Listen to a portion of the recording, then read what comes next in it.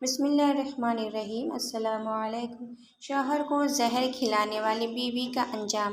ایک امیر آدمی کھانے کی میز پر بیٹھا ہوا کھانا کھانے لگا۔ جیسے ہی وہ پہلا لقمہ منہ میں ڈالنے لگا تو اس کی نوکرانی نے نوالا اس کے ہاتھ سے چھین کر نیچے پھینک دیا۔ اپنی نوکرانی کی اس بےہودہ حرکت کو دیکھ کر وہ غصے میں آ گیا اور اس نے نوکرانی پر ہاتھ اٹھانا شروع کیا، لیکن پھر پوچھا کہ یہ کیا بدتمیزی ہے؟ کیا تمہیں یہی سکھایا گیا ہے کہ جب تمہارا مالک کھانا کھا رہا ہو تو تم اس کے ہاتھ سے کھانا گرا دو؟ نوکرانی نے منہ بناتے ہوئے جواب دیا کہ نہیں مالک، میری اتنی مجال کہاں، میں نے تو یہ آپ کی حفاظت کے لیے کیا کیونکہ مجھے معلوم ہے کہ اس کھانے میں زہر ہے۔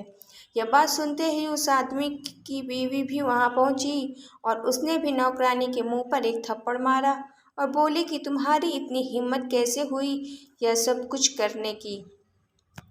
میں یہ سب سن رہی تھی، کیا بکواس کر رہی ہو تم؟ کھانے میں زہر، تمہارا دماغ تو ٹھیک ہے؟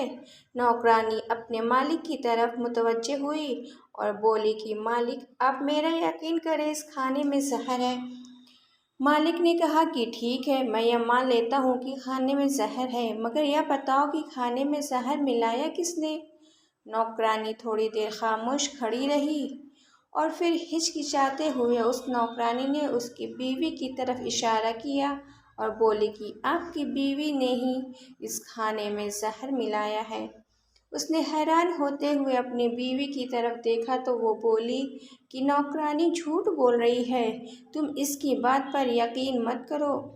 یہ چھوٹے گھر کے لوگ ہوتے ہی ایسے ہیں، بڑے گھروں میں لڑائیاں کرواتے رہتے ہیں۔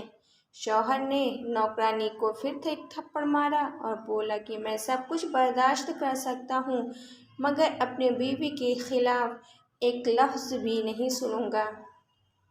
ابھی بھی وقت ہے، تم یہ مان لو کہ تم نے جھوٹ بولا ہے۔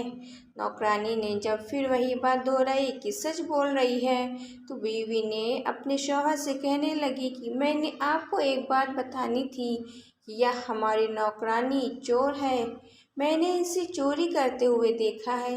بیوی کی یہ بات سن کر وہ نوکرانی سے بولا کہ تم نے جس تھالی میں کھانا کھایا ہے اسی میں چھید کیا ہے، ہم نے تمہارا کتنا خیال رکھا اور تم نے ہمارے گھر ہی میں چوری کی۔ آج سے ہمیں تمہاری کوئی ضرورت نہیں ہے، نکل جاؤ میرے گھر سے۔ پھر نوکرانی کہنے لگی کہ مالک، میں نے کوئی چوری نہیں کی ہے اور میں آپ کے گھر سے چلی جاتی ہوں، مگر آپ ایک بار میری پوری بات سن لیں۔ نوکرانی کے دوبارہ اصرار کرنے پر مالک نے کہا کہ ٹھیک ہے، اپنی بات پوری کرو اور پھر نکلو۔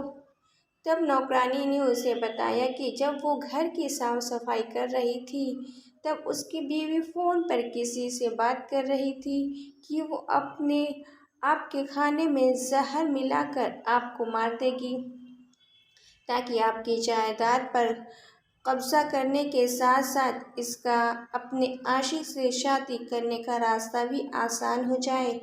یہ سب سن کر بیوی بولی کہ نوکرانی مجھ پر بہت بڑا الزام لگا رہی ہے، اسے ابھی یہاں سے نکالو۔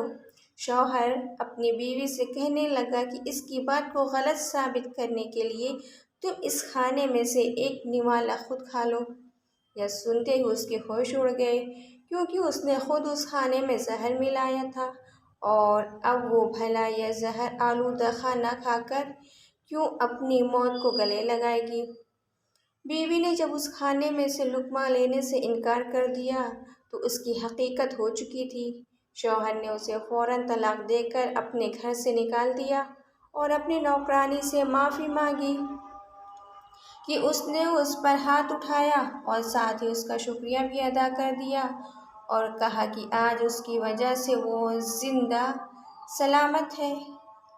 میرے پیارے دوستو، ہماری دعا ہے کہ اللہ پاک ہم سب کو ایسی لالچ اور برے کاموں سے بچائے جو اپنے معمولی سے فائدے کے لیے دوسروں کی زندگی سے کھیلنے سے بھی گریز نہیں کرتی۔ اللہ پاک ہم سب کو اپنے حفظ و امان میں رکھے، آمین۔ ہم امید کرتے ہیں کہ ہماری آج کی ویڈیو بھی آپ کو پسند ضرور آئی ہوگی اور اپنے دوستوں احباب کے ساتھ اسے شیئر ضرور کریں گے اور میرے چینل کو سبسکرائب ضرور کریں۔ چلتی ہوں، دعا میں یاد رکھیے گا، اپنا بہت سارا خیال رکھیے گا۔ اللہ حافظ۔